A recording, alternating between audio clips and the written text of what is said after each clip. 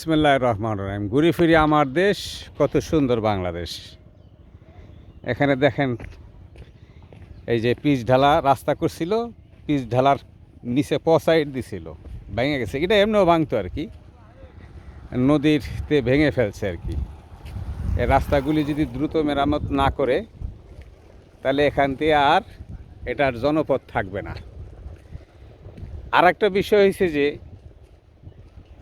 এই রাস্তাটা যখন করছে, এটার ডিজাইনটা যখন নিছে, এটার যে মানে সরকারি যে প্রকল্প, সরকার যে কন্ট্রাক্ট দিছে, যাদেরকে দিছে, বা সরকারি যারা ইঞ্জিনিয়ার অবশ্যই আছে, এই ইঞ্জিনিয়াররা মনে হয় সে মাতাল অবস্থায় ছিল। মাতাল অবস্থায় না থাকলে এই নদীটাকে এখান থেকে আইসা তো স্বাভাবিকভাবে এদিকে নদী এদিকে ভাঙবে। এখান দিয়ে যদি নদী ভাঙে, তাহলে সে আপনি এখানে প্রোটেকশন না দিয়ে আপনি রাস্তা কিভাবে করেন বলেন?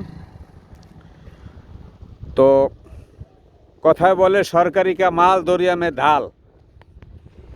এইভাবে বিচার বিবেচনাহীন যদি কাজ প্রকল্প নেওয়া হয়, জনগণের পয়সা যদি এইভাবে ধ্বংস করা হয়, বাংলাদেশ অর্থনৈতিকভাবে আগুইতে পারবে না।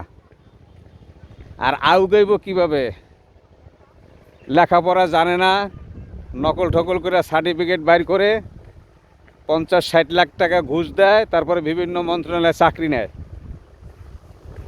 এখন বাংলাদেশের মানুষ যদি এই বিষয়ে সচেতন না হয়, এই চোর টাউট বাটপার লুচ্চা বদমাশ এই জনপ্রতিনিধিদেরকে যদি পরিহার না করে, তাহলে বাংলাদেশ কখনোই আর আগাতে পারবে না। যা আছে তার সাথে বরং অবনতি ঘটবে, উন্নতি হবে না। তা আসুন, এই ব্যাপারে আমরা সচেতন হই।